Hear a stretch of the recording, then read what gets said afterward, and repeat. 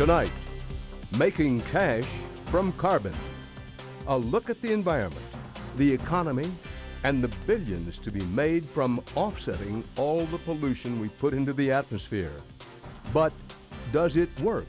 I call them rip-off sets because I think fundamentally they're a rip-off. You're making them richer, and maybe that will make you feel better, but your money isn't bringing about new emissions reduction, which is the point. Plus, plans for a massive global market that already has a loophole the size of China. I don't think the international offsets program has worked well at all. And I'm skeptical that we can fix it because I don't think international regulators are ever going to know enough to figure out which investors are cooking the books and which investors and projects are truly bona fide. And paper money, potentially the biggest market of them all, trees. We can get estimates, approximations of how much carbon is in a forest. We'll never get, down to the dollar how much carbon value is in any forest. We'll bring you the news next on Dan Rather Reports.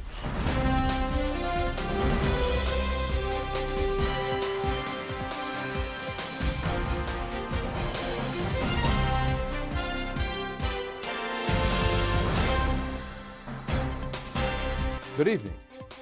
If you thought the fight over health care reform was ugly and divisive, hold on to your hat.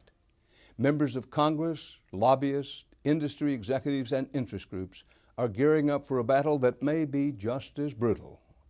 The topic is global warming, and what is being debated is a complicated new system called cap and trade.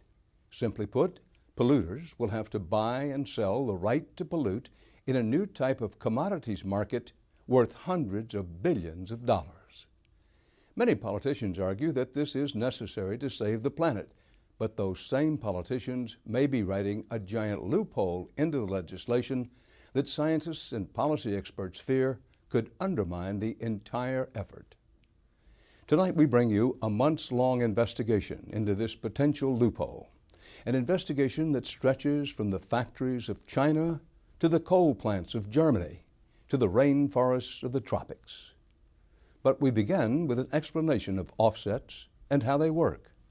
A good illustration happened this fall at a wedding in Pennsylvania with a young couple who just wants to start their life together in an environmentally friendly way.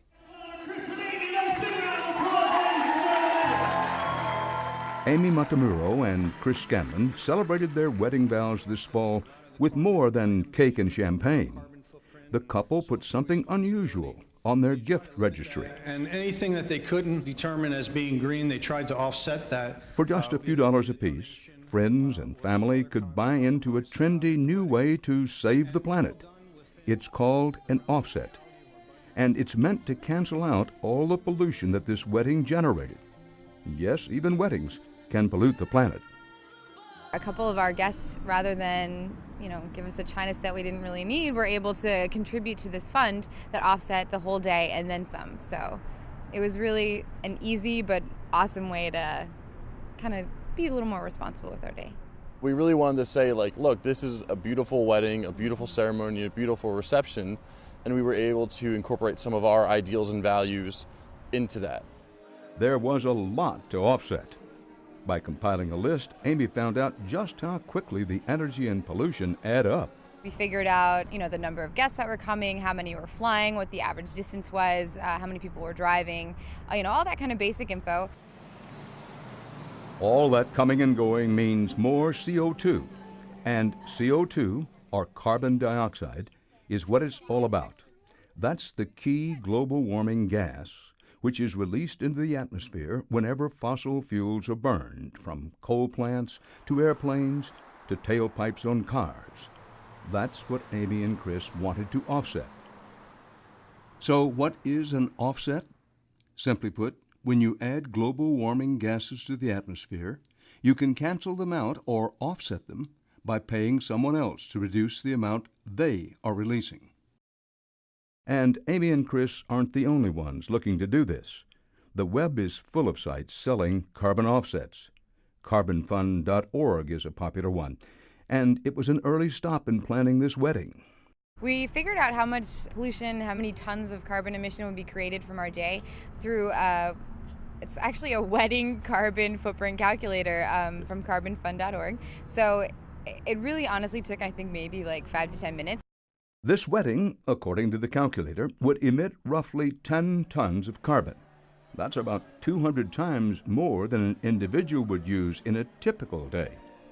And for $100, Carbon Fund said it would contribute to projects that will cancel out those 10 tons, making for carbon-neutral nuptials. Projects like this. Half a continent away from Amy's wedding, at a truck stop in Oklahoma City, these truckers are actually taking away from what Amy's wedding added. That's because these big rigs have a new way to power their radios and cool their cabs while parked. Instead of running their engines and burning fuel, they hook up to this yellow hose that provides everything they need. I like being able to plug in because I don't have to run the truck. It saves me fuel. The company that provides the hookups calculates how much pollution they're saving and sells those carbon offsets to Carbon Fund, which sells them on to consumers like Amy and Chris. This is just one of many projects Carbon Fund backs, and Amy and Chris told the company to use their money as best it saw fit. We didn't even really have a say in what we wanted to do. We just trusted them. I mean, I talked to the folks there, and they were so helpful and knowledgeable and just passionate about the cause that we basically said, hey, we'll raise this money and you put it to the best use you could use it for, because you're the pros. We just wanted to help out any way we could. Retailers like Carbon Fund sell offsets for every aspect of modern life. Go to the section marked Home, type in the size of your house, and it will tell you your carbon emissions for a year.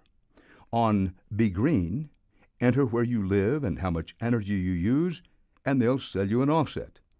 And if you have a cat, brighterplanet.com will offset your feline's footprint.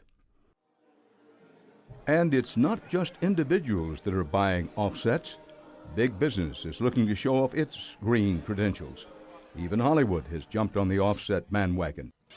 Here at 24, we are committed to reducing our impact on climate change. While on TV, Jack Bauer is keeping the country safe, Kiefer Sutherland and the program 24 are buying offsets to keep it green.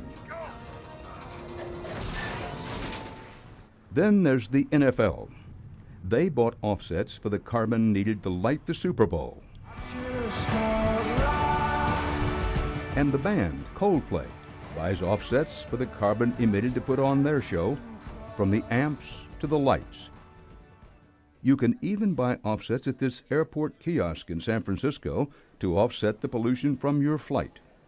It sounds like everyone's trying to do the right thing, but do all these good intentions have any real impact? I call them rip-off sets because I think fundamentally they're a rip-off. Joe Romm, a former energy official in the Clinton administration, is an expert on climate change with the Center for American Progress, a progressive think tank. He says that many supposed offsets have a serious flaw. I think there's no question that your money is going to end up in the hands of somebody who did something green. But I think the biggest problem is that most of the money is going to the hands of people who were already doing it. So you're not actually changing anything that happened. They were running their windmill, they were running their biogas digester for years in some case before your money showed up. So you're making them richer, and maybe that will make you feel better, but your money isn't bringing about new emissions reductions, which is the point. And it is a key point, if a complicated one. The only way this system works is if a person buying offsets helps change the status quo. That means if pollution goes up somewhere, it has to be reduced somewhere else. For example, the company that provides these hookups told us they couldn't do business without people like Amy and Chris buying offsets. That's how offsets are supposed to work, changing the status quo. But it's a different story at this offset project. This landfill in southern New Jersey didn't change the status quo. So we're on top of the landfill here. Great. Right. And what is this making this? This is a typical landfill gas well. Gary Conover oversees this county landfill, which has a system to capture its emissions of methane, a byproduct of rotting trash. You dug the well down. Yep. Right down into the landfill. It's collecting the methane gas. As it's produced, it comes up. And it's being sucked up to the top and then sucked right on through over to the main facility. Yep. And how many of these wells do you have? 80. We have 80 of these wells. If we didn't collect and control the gas, it's 21 times more destructive than CO2. So it's a very, very potent gas. Because methane also causes global warming, this landfill has been allowed to sell offsets for keeping it out of the atmosphere. But that's not why they started collecting the methane 3 years ago. You take the gas and make it into electricity? Yes. Do you make money for the facility? You make money out of the arrangement? Oh, yes. It makes enough to be worthwhile? Oh, yeah. It runs down in here, comes through here, right? Yep. Through the knockout pot. The electricity alone was worth about $1 million to the landfill last year. But Conover and the county are getting paid twice. If you look at his books, you'll see payments that have totaled around $150,000 from something called the CCX. That stands for the Chicago Climate Exchange. There's no trading floor, but around the country, traders have bought and sold millions of offsets on the CCX, and some of the credits are coming from this landfill. Conover found the landfill was eligible for these credits because it wasn't mandated by law to capture the methane. We were surprised. It was literally like finding found money. This is something we're going to do anyway. Let's take advantage of this. This one was for $28,350. It was transferred to Chicago Climate Exchange. That's our net after their fees on March 5th. Conover's landfill now gets regular checks from the CCX for thousands of dollars. Then the CCX sells Conover's offsets on its exchange to retailers like Carbon Fund, which in turn sell them to consumers like Amy and Chris. But the question remains, is any of this helping the environment? Offsets are supposed to, they're designed, hopefully, to change behavior. Yes. But the question is, for you, this is just business as usual. You'd be doing this anyway. So in that case, put that way, yes, it's found money to us. Like any good businessman, Conover's just taking advantage of an opportunity to help his company's bottom line. What he and his county are doing is legal and, for them, sound business practice.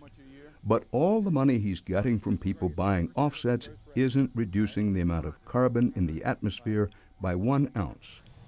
So here at the landfill, funds from polluters didn't change the status quo. There are no emission reductions to cancel out what polluters like Amy and Chris added to the atmosphere. American consumers are spending millions of dollars on offsets, but the market is unregulated, and no one really knows how much of that ends up really reducing emissions. A dizzying array of groups using a variety of criteria have sprung up to try and bring order to this market. Still, some use more strict standards than others, which led a recent Government Accountability Office report to conclude that consumers end up with limited assurance of credibility. In an unregulated market, when you buy an offset, you have no idea what you're buying. And so you are buying the equivalent, maybe a simpler analogy is just a junk bond. You don't know whether it has any value or not. So, that's why I say, this is caveat emptor. Let the buyer beware.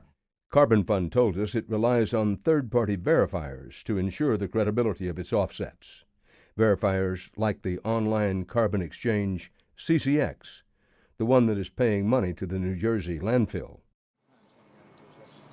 CCX founder Richard Sander says all these issues are just minor hiccups along the path to a fundamental rethinking of how the world views and prices carbon.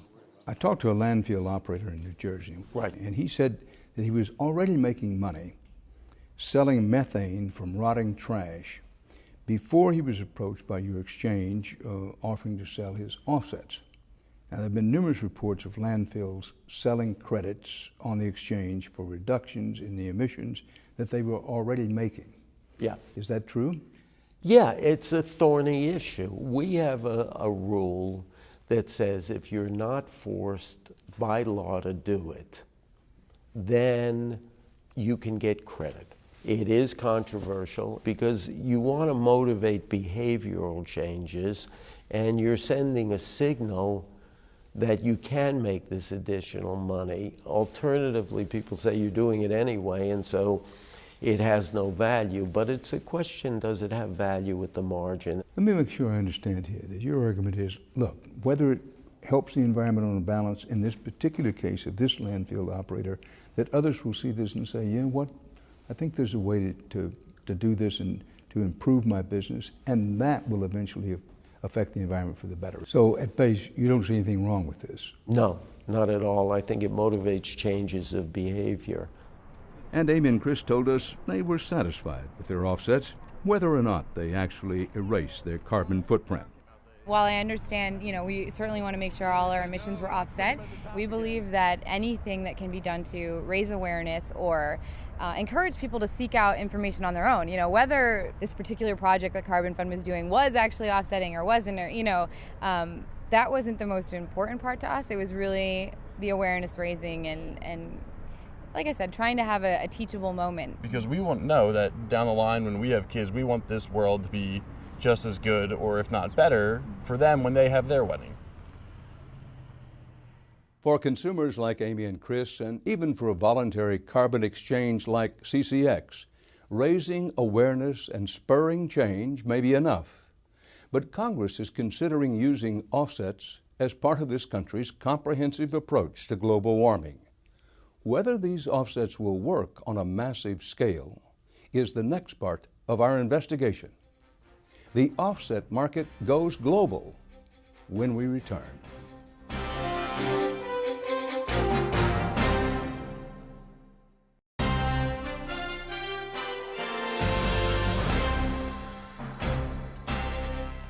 We began our investigation by looking at voluntary consumer offsets in the United States. But what's being debated in Congress is different. Offsets would become law as part of an overhaul of our economy for the express goal of reducing this country's toxic emissions. The European Union already has global warming initiatives that allow for polluters to shop around the globe for offsets. But some American policy wonks say the experience of our friends across the Atlantic should be a red flag before we think of passing our own legislation. Carbon dioxide, which is the main cause of global warming, is a pollutant that mixes all around the planet over a period of a few years. And so if you could control carbon dioxide in China or in India, that's just as good as controlling carbon dioxide in Germany. David Victor is a leading expert on environmental policy and climate change and a professor at the University of California, San Diego. The theory behind international offsets is that companies should have the opportunity to travel around the world and find the lowest cost way of controlling those emissions. Because the idea is to control the emissions. Absolutely. The whole concept of carbon offsets, or offsets, any kind of offset, is a zero-sum game. Stanford Law School's Michael Wara studies international offsets and has testified in front of Congress on the pitfalls they pose. Emissions are reduced in one place so that they can be higher in another place, and the net is no change. That's if everything works perfectly.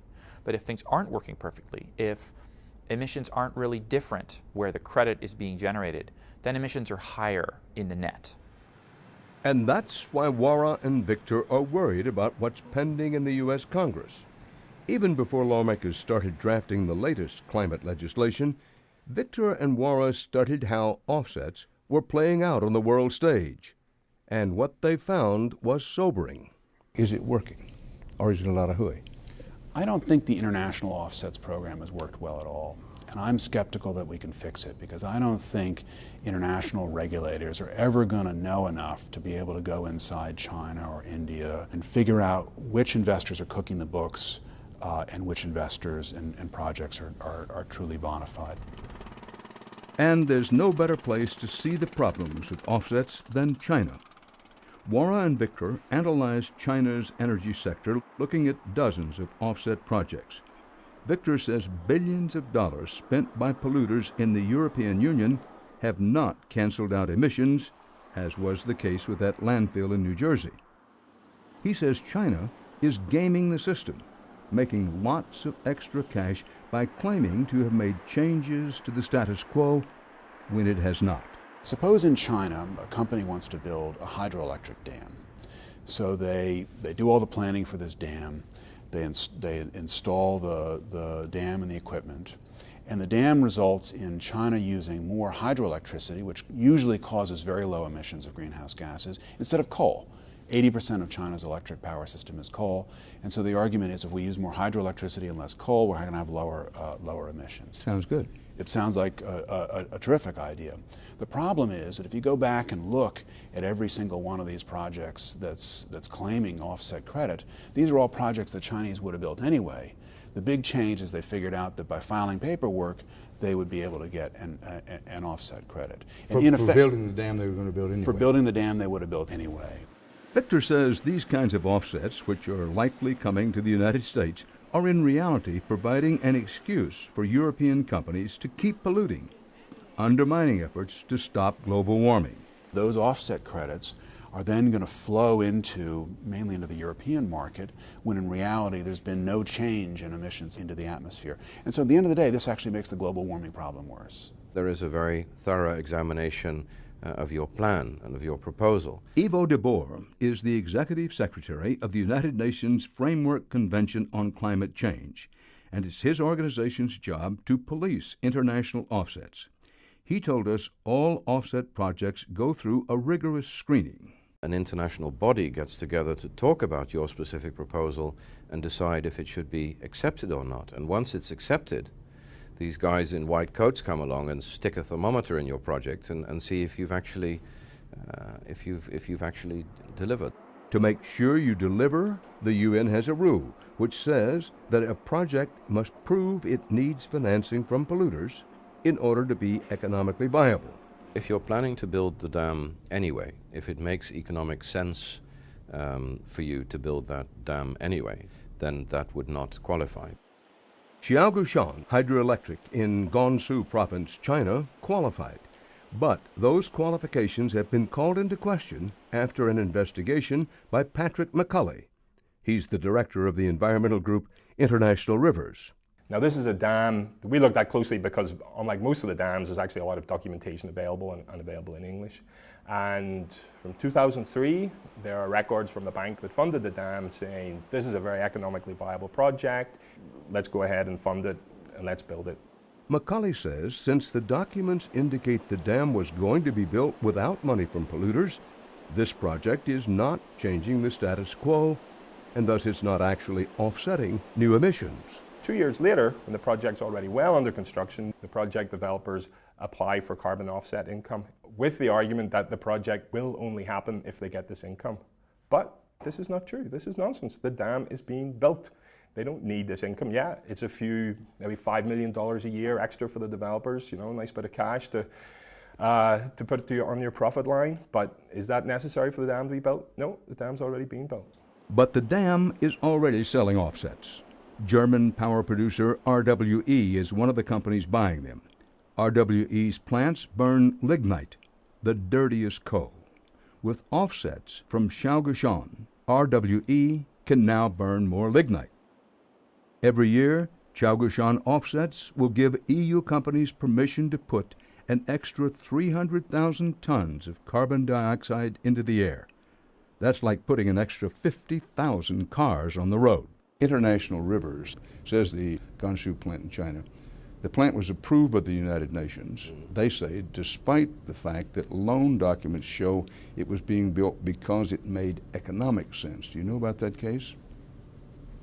I don't know about that particular case. I know about the criticism that this organization has. They say that these offsets leave the climate worse off because it gives polluters permission to keep polluting. Well, first of all, let me say that I'm really glad that people like that are out there, because they help to keep us sharp. They help to ensure that what we're doing really is credible, and we do that as best we can.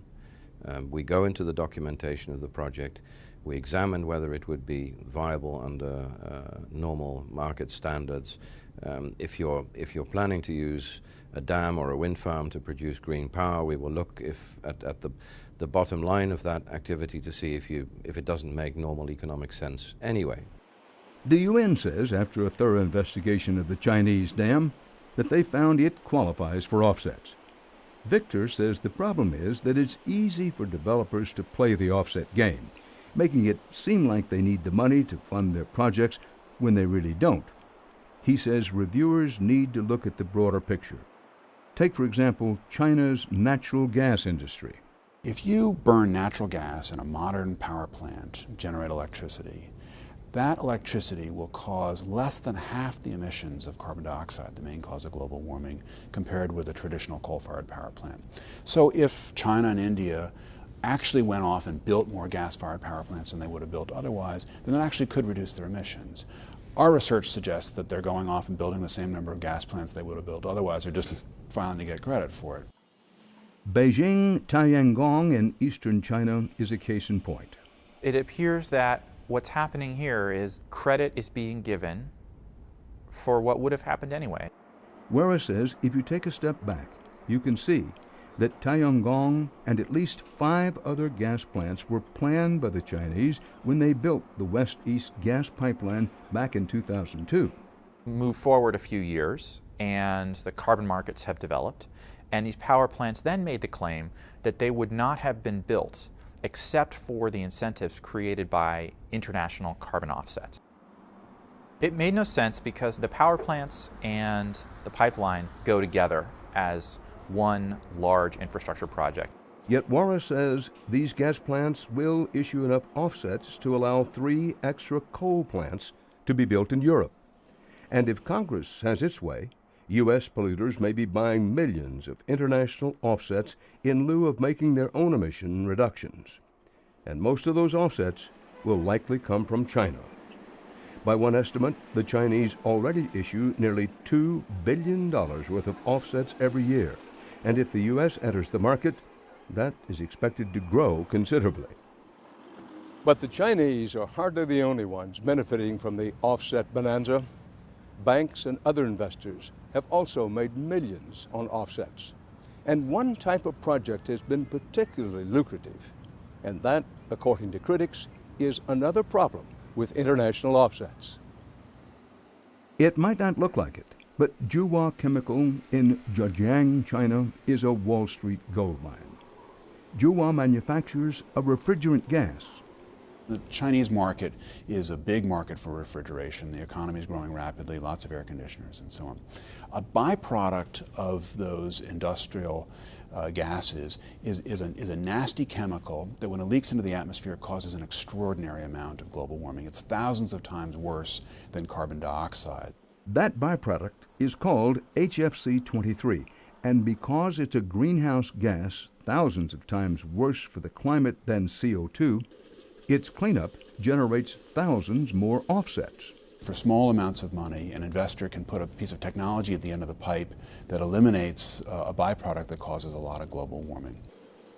Morgan Stanley and Deutsche Bank are 2 of a number of investors that paid for the technology to destroy that byproduct at Juhua. In return, these banks will end up with carbon offsets, which they can take and sell on the carbon market. For every dollar they invest in the cleanup, they can make up to 10 times that in profits. Well, I call them earning windfalls. Windfall's a misuse of that word? No, it's a windfall. It's a huge windfall. The UN's De Boer believes that it's a price worth paying. If I can go to China and make a rubber duck for 2 cents and then sell it to you for $2, am I a criminal or am I a good businessman? Yes, huge profits are being made. One study called these offsets, quote, a massive waste. But in the absence of this mechanism, there would be no legal or economic incentive for the company in question to destroy that byproduct. It would be emitted into the atmosphere. And here we're talking about incredibly potent greenhouse gases. So what do you want to do? Let's not reward him and accept the fact that a really disastrous gas is going into the atmosphere. But Wara says another problem with the outsized profits is that they give producers a perverse incentive to make more waste in order to sell more offsets. Very early on, it was recognized that companies would essentially start running their factories in order to produce waste, in order to capture it, destroy it, and produce carbon credits. UN regulators have acknowledged the problem with HFC 23 and have refused to approve offsets from newly built refrigerant plants. But Wara believes older plants have cleverly adjusted their manufacturing process so they can make more money off the waste. By tuning their plant, essentially tinkering with the chemical reactions that produce this refrigerant gas at an industrial scale to produce more of the waste, less of the refrigerant. Up until recently, at least 50% of all international offsets came from projects like these. But Victor says the bigger problems now are those dams, gas plants, and other large infrastructure projects that are gaming the system. It's very clear that those investments absolutely would have occurred anyway, and it is the really fundamental problem because it is, in effect, a kind of fraud. There have been a number of reports that there are problems with the way the projects are evaluated. Is that true? Absolutely. There are problems with the way in which projects are evaluated because you almost need a time machine to get it right. DeBoer concedes that some projects get through that maybe should not, but he maintains UN standards are much better than some critics would have you believe. I think that there may be a handful of projects that should have not made it through the system. Aside from purchasing lie detectors, we're really doing the best we can to be as secure as we can. Do we get it 100% right? No, we don't. I'm sure that we make mistakes, and I'm sure that we will make less of them over time as we learn from those mistakes. Victor and other critics agree that screening projects can be extremely difficult, and that's why he says more than just a handful of what he calls bogus offsets are entering the system. It's hard to know exactly what fraction of these credits is bogus. My best guess is that something like half of these credits absolutely do not represent reductions in emissions beyond what would have occurred otherwise. And depending on how you do the numbers, that fraction could be as high as 2/3 or maybe even higher than that. Well, that's a lot of bogus. That's a lot of bogus. Victor believes the international offset market must be subject to much stricter regulation before Congress even thinks about making it a part of its global warming legislation. When we return, our investigation tackles what will likely be the largest group of offsets. You may be surprised to learn we won't be looking at factories and power plants, but rather forests and farms. That part of our investigative report is next.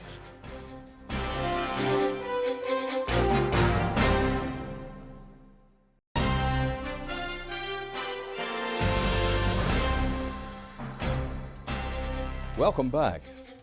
So far, we've focused on offset efforts, however imperfect, to limit the amount of greenhouse gases that go into the atmosphere. From a landfill in New Jersey to a truck stop in Oklahoma and hydroelectric dams in China. But scientists and politicians and businessmen alike say the biggest sector of the offset market could be something found in everyone's backyard: trees. If you reach back into your knowledge of high school biology, you may remember there's something called a carbon cycle. In other words, not only do we put carbon into the atmosphere, there's a process by which it's pulled out. Simply stated, plants, be they giant redwoods or ocean algae, need carbon to grow. The more plants on Earth, the less carbon in the atmosphere. Soil, trees, cropland, all things we've taken for granted, suddenly have a whole new value. It's a gold rush in green. But some scientists say relying on plants to rescue our planet could be the equivalent of fool's gold.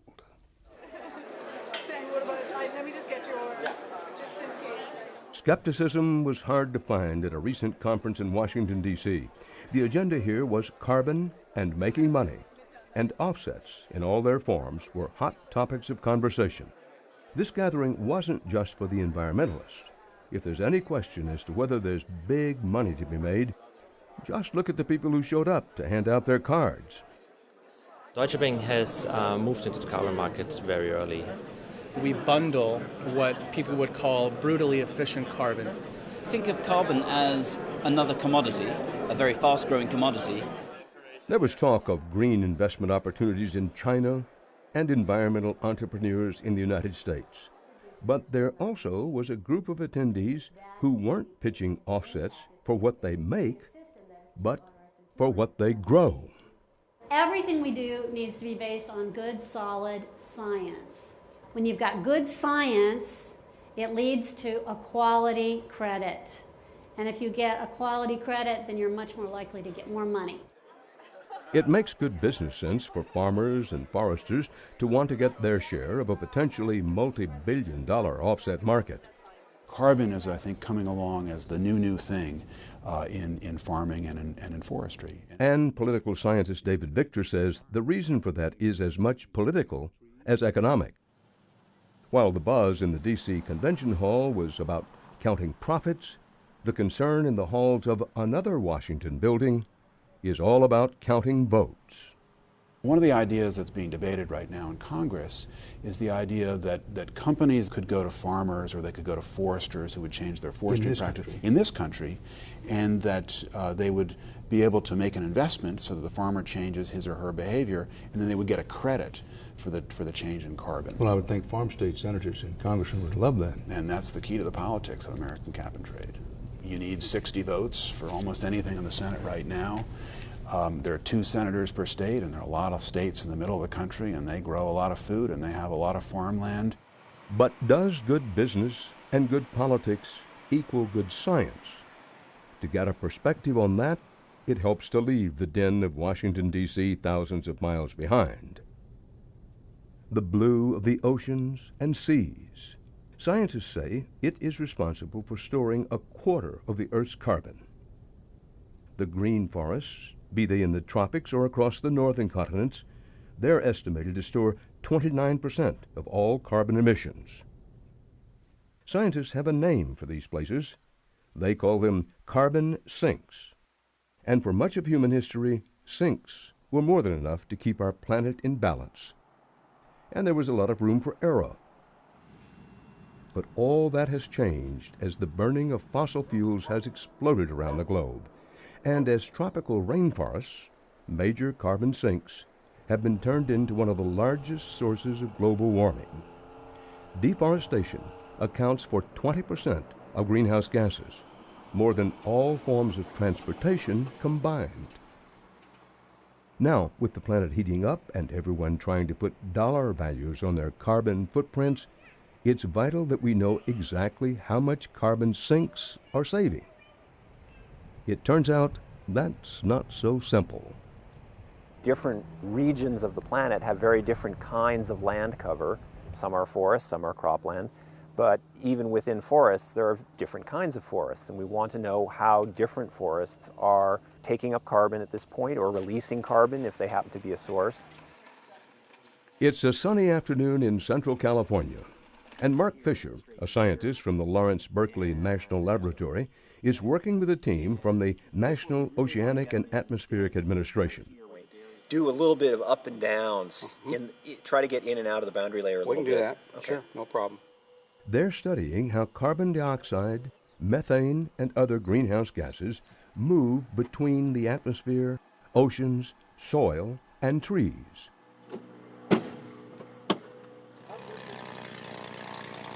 In a sense, one of his laboratories is up in the air, and we tagged along as he took off to take his measurements.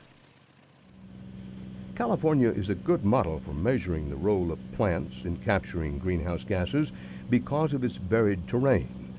Mountain forests, ocean inlets, and farmland like these here in the Central Valley. There aren't really thick crops on the ground yet, so there's not a lot of CO2 uptake by the agriculture yet. To put a large value on storing carbon in those croplands and forests will require the science to advance beyond where it is now, and that is the main challenge for science today. Does it or doesn't it make sense to allow industry to burn more coal, more oil and gas if they plant more trees? I think if we could measure the planting of the trees and be confident in the amount of greenhouse gas that those trees absorb, then absolutely it makes sense. The planet doesn't care where the carbon dioxide comes from, whether carbon dioxide is being sucked out of the atmosphere by planting more trees, or whether it's being reduced by lowering pollution directly from power plants. There's no question that trees and forests capture carbon. That's just the laws of chemistry. But it is questionable whether farm and forest offsets can be a viable part of an international carbon trading system that could reach into the multiple trillions of dollars, especially because many say trees in particular could become the biggest offsets on Earth. The problem isn't with the economics, it's with the science. There's active scientific research going on to try to understand how much carbon is stored in different forests, such as the forest that we're standing in right now. Ken Caldera is a top climate scientist with the Carnegie Institution for Science. He specializes in using computer models to see how carbon sinks, like this northeastern forest, really work. The amount of carbon in any given location will depend on many things, like how far you have to go down to the bedrock, how easy it is for those little leaf particles to drift into the soil. And so, even if you had to say, well, how much carbon is right around us here, if we moved 30 feet over there, we'd get a very different answer. Trees and plants only capture carbon for as long as they are alive. Back to that old high school biology lesson of the carbon cycle. When a tree dies, its carbon escapes. This tree has either been cut down or fell down. Does it still have carbon dioxide in it? It does, but as it's rotting, that carbon is being released back to the atmosphere. There's no way to assure that this carbon will stay locked up in trees and soils for as long as the carbon will last that comes out of the power plant, which is hundreds of thousands of years. That's why Caldera thinks that what's being debated in Congress now is a big mistake. He says the politicians are basing their arguments on some very shaky science. But those lobbying for turning forests and farms into valuable offsets hear the criticism from scientists like Caldera and counter with this. Sure, individual trees die, but healthy forests live on. And while we can't know exactly how much carbon is stored in any given acre of forest, we can make educated guesses and factor in for margins of error. But Caldera's recent research has caused a firestorm that could cost American foresters billions of dollars in the offset market. That's because, he says, when it comes to trees in the north, they may actually increase global warming. We had published a study saying that, well, forests in northern areas strongly warm the earth. Now, you can imagine this warmed the hearts of foresters in Canada. And, I got threatening phone calls saying, how could you say that, these forests are warming the earth? Caldera's findings center around this surprising conclusion. On the one hand, trees cool the earth by absorbing carbon. Nothing surprising there. But trees also affect the temperature by absorbing or reflecting light. And Caldera found that on average, northern forests absorb sunlight and actually warm the planet. Caldera says that while his research may be bad news for northern foresters looking to capitalize on carbon offsets, it gives added support to those who say the tropical rainforests cool the planet.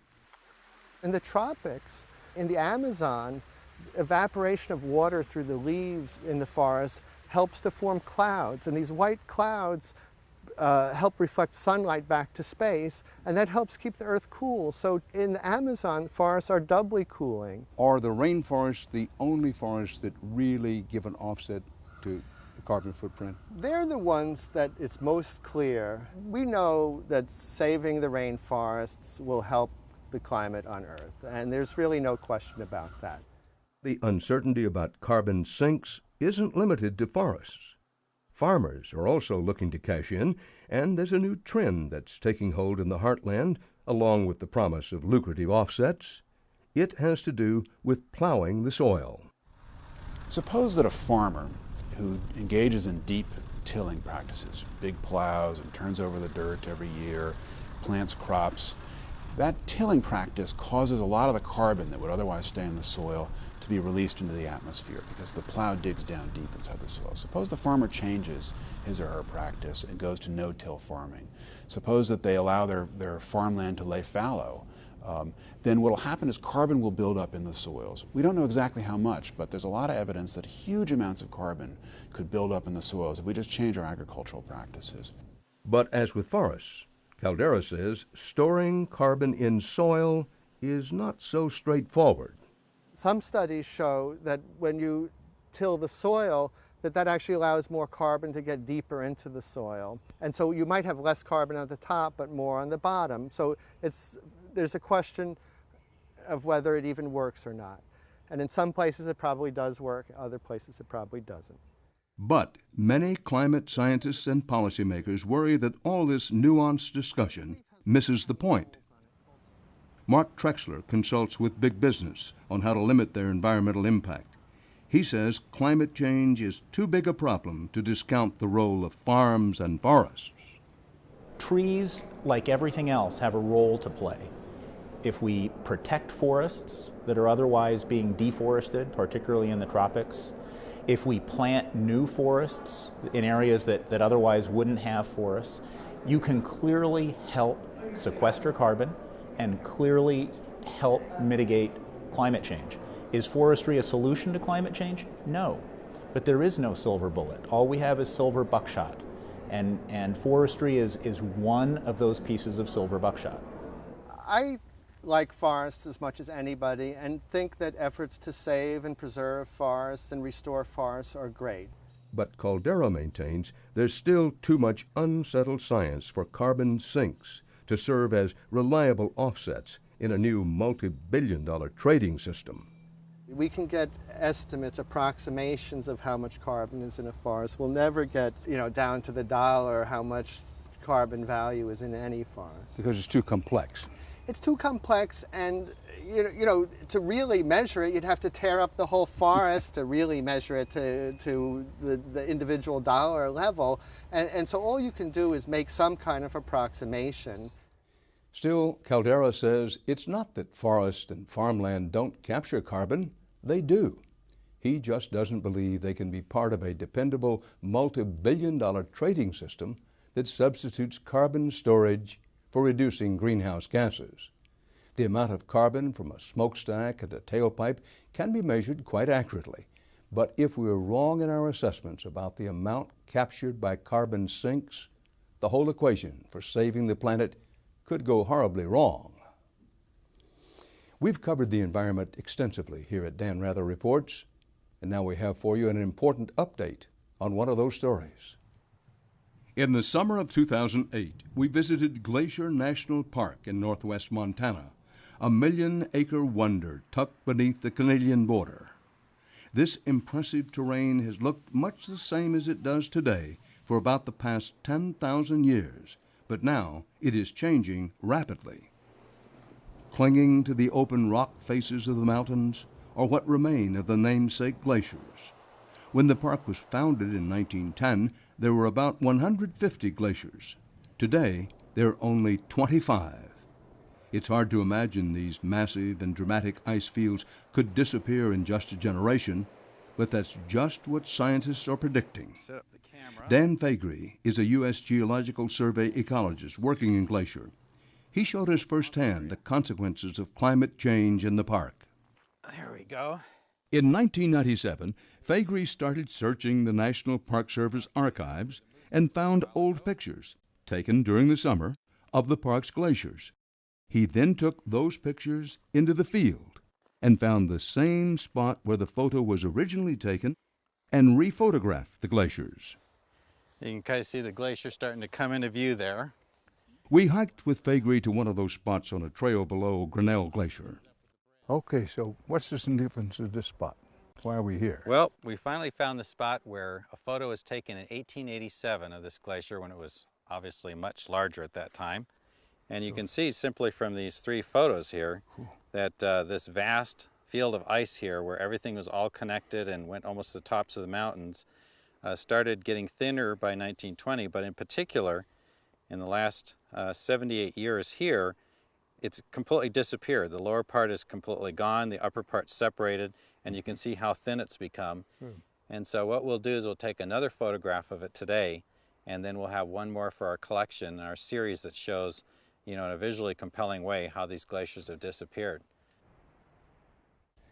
In the summer of 2008, Faegre told us he anticipated the glaciers would all melt by 2030, based on a model created with colleague Mariner Hall.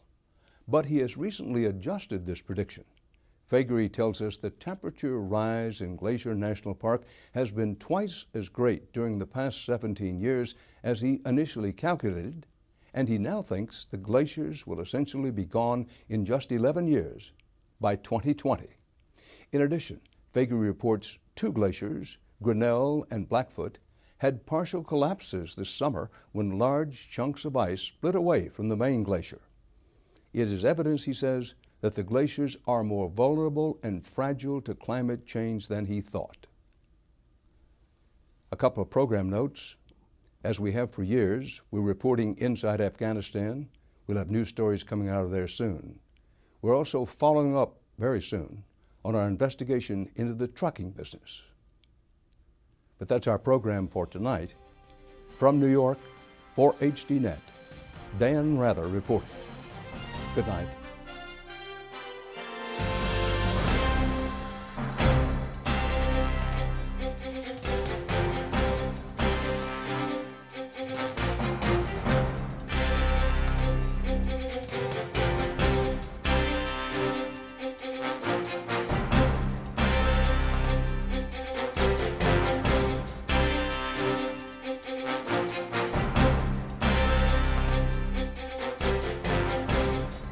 If you would like to add your name to an email list for information on upcoming programs, or if you would just like to send a question or comment, please email us at viewer@hd.net.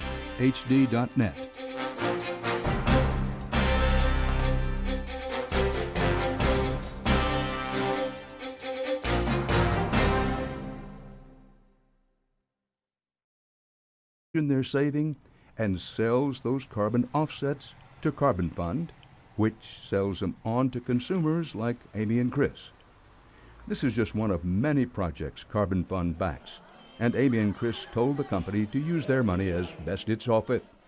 We didn't even really have a say in what we wanted to do. We just trusted them. I mean, I talked to the folks there, and they were so helpful and knowledgeable and just passionate about the cause that we basically said, hey, we'll raise this money and you put it to the best use you could use it for, because you're the pros. We just wanted to help out any way we could. Retailers like Carbon Fund sell offsets for every aspect of modern life. Go to the section marked Home, type in the size of your house, and it will tell you your carbon emissions for a year. On Be Green, enter where you live and how much energy you use, and they'll sell you an offset. And if you have a cat, brighterplanet.com will offset your feline's footprint. And it's not just individuals that are buying offsets.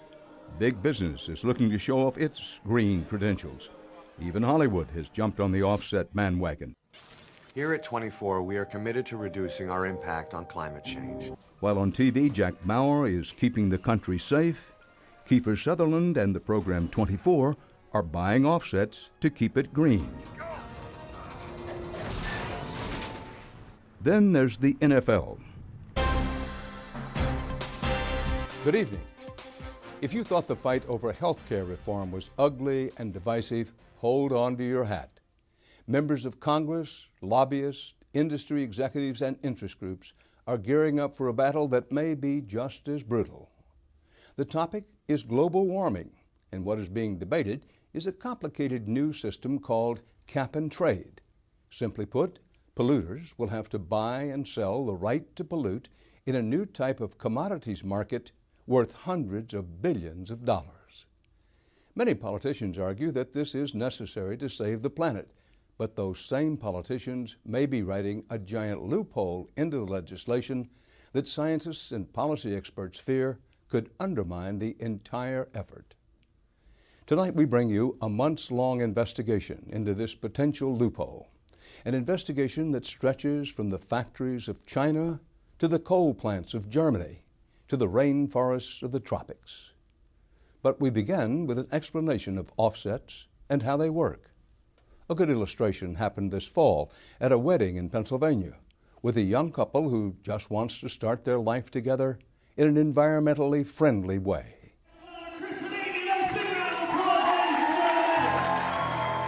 Amy Matamuro and Chris Scanlon celebrated their wedding vows this fall with more than cake and champagne. The couple put something unusual on their gift to the atmosphere. You can cancel them out or offset them by paying someone else to reduce the amount they are releasing. And Amy and Chris aren't the only ones looking to do this. The web is full of sites selling carbon offsets. Carbonfund.org is a popular one, and it was an early stop in planning this wedding. We figured out how much pollution, how many tons of carbon emission would be created from our day through it's actually a wedding carbon footprint calculator from carbonfund.org. So it really honestly took, I think, maybe like 5 to 10 minutes. This wedding, according to the calculator, would emit roughly 10 tons of carbon. That's about 200 times more than an individual would use in a typical day. And for $100, Carbon Fund said it would contribute to projects that will cancel out those 10 tons, making for carbon-neutral nuptials.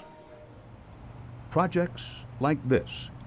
Half a continent away from Amy's wedding, at a truck stop in Oklahoma City, these truckers are actually taking away from what Amy's wedding added. That's because these big rigs have a new way to power their radios and cool their cabs while parked. Instead of running their engines and burning fuel, they hook up to this yellow hose that provides everything they need. I like being able to plug in because I don't have to run the truck. It saves me fuel. The company that provides the hookups calculates how much pollution registry. And anything that they couldn't determine as being green, they tried to offset that. For just a few dollars apiece, friends and family could buy into a trendy new way to save the planet.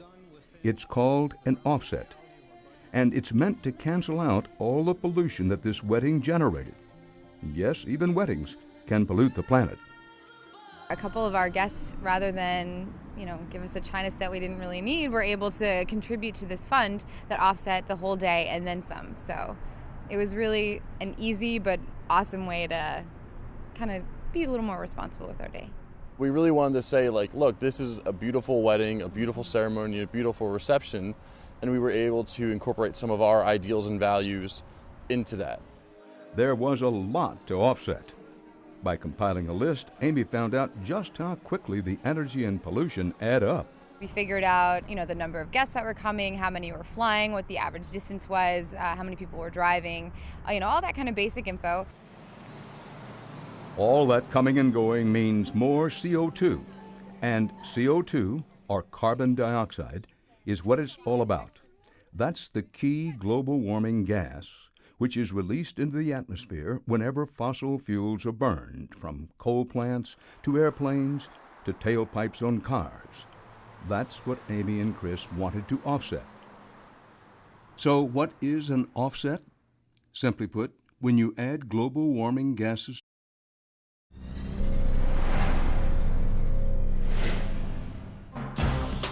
Tonight, making cash from carbon. A look at the environment, the economy, and the billions to be made from offsetting all the pollution we put into the atmosphere. But does it work? I call them rip-off sets because I think fundamentally they're a rip-off. You're making them richer, and maybe that will make you feel better, but your money isn't bringing about new emissions reduction, which is the point. Plus, plans for a massive global market that already has a loophole the size of China. I don't think the international offsets program has worked well at all. And I'm skeptical that we can fix it because I don't think international regulators are ever going to know enough to figure out which investors are cooking the books and which investors and projects are truly bona fide. And paper money, potentially the biggest market of them all, trees. We can get estimates, approximations of how much carbon is in a forest. We'll never get, down to the dollar how much carbon value is in any forest. We'll bring you the news next on Dan Rather Reports.